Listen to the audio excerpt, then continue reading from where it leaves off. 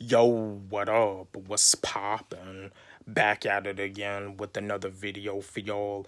Just wanna chat with y'all, and this is another video about hip hop. This is another video about another sub genre of hip hop.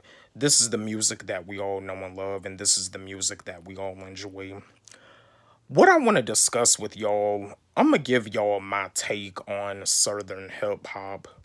What's my take on Southern hip hop?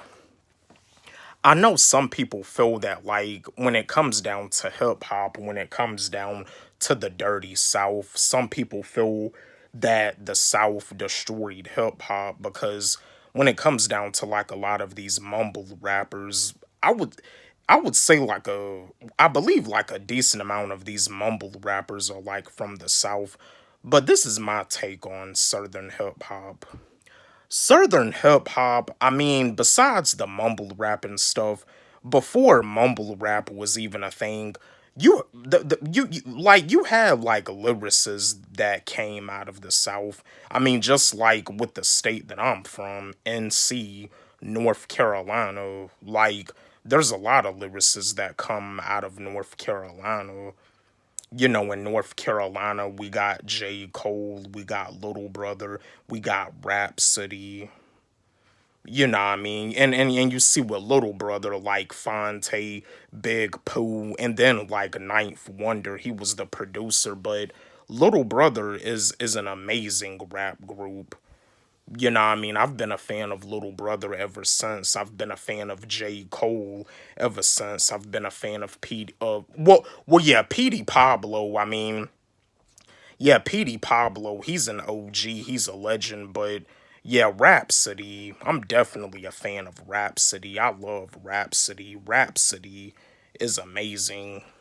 But yo, I mean, my take on Southern hip hop, do I feel like the South destroyed hip hop? I mean, not necessarily, not really, because I mean, before mumble rap was even a thing, you still had lyricists that came from the South, like T.I. He from Atlanta, Georgia. He's a lyricist, and that's another thing too. I noticed, like, when it comes down to the ATL, Atlanta, Georgia, it seems like not too many like lyricists come out of the ATO, but I mean, with guys like T.I., with guys like Two Chains, with guys like B.O.B., Killer Mike, and even Jaron Benton. Now, some of you may not know who Jaron Benton is. Jaron Benton, like, he's an independent artist. He's done a lot of stuff with Hobson. I mean, I believe Hobson had discovered him. But like Jaron Benton, like he's a lyricist from Georgia. I think he comes from a place called Decatur, Georgia, which I think is like a small area near the ATO near Atlanta.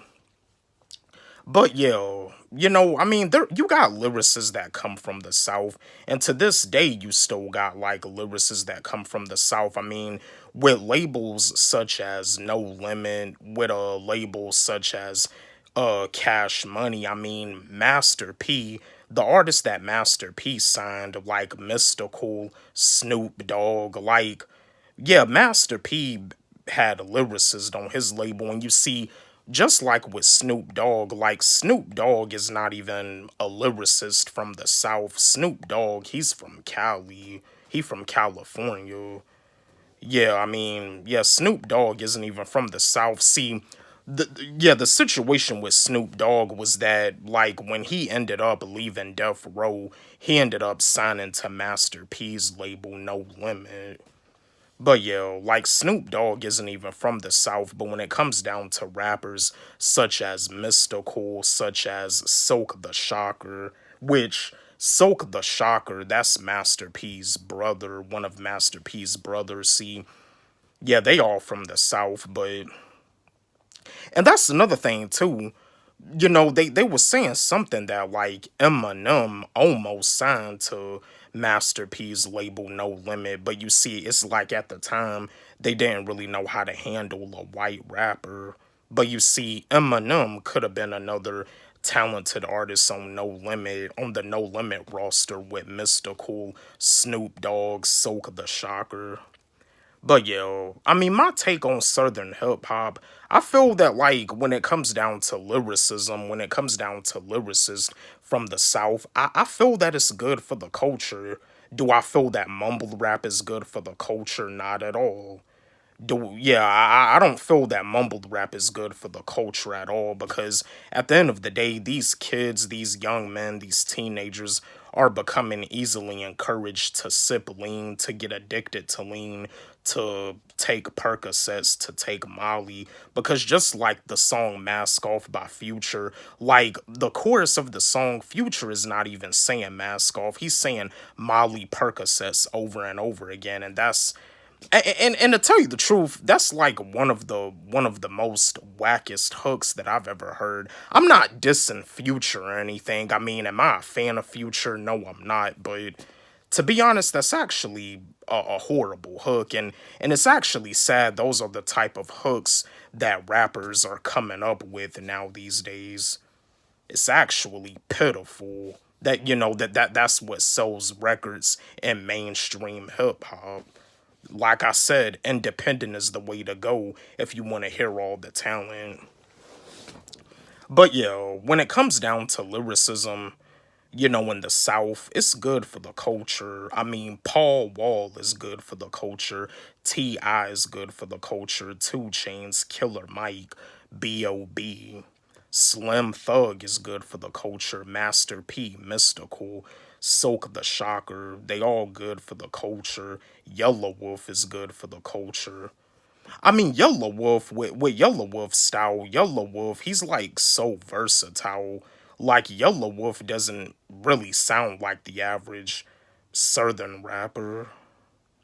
But yo, you know what I mean? And just like with rappers like from Florida, guys like Rick Ross, Denzel Curry. Now, and that's another thing too. Denzel Curry is another lyricist that don't really sound like the average Southern rapper.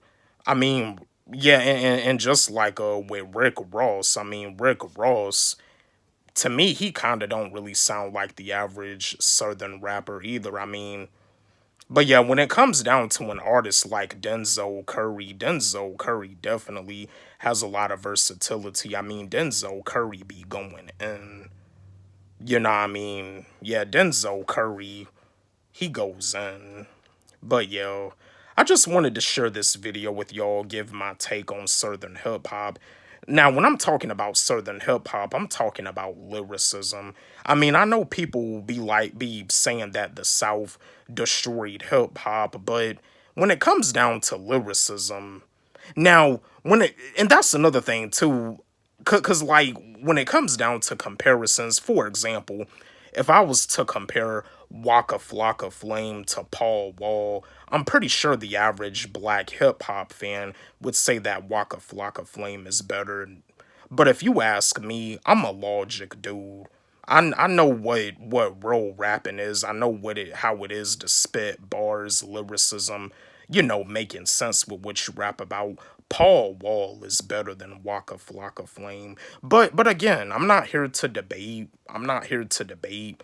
I'm just stating the facts. Paul Wall is better than Waka Flocka Flame. And that's another thing too. Waka Flocka, I think it was like an interview that he did where he admitted it that he was like a whack rapper. But yo, but yeah, I mean that's just my take on Southern hip hop.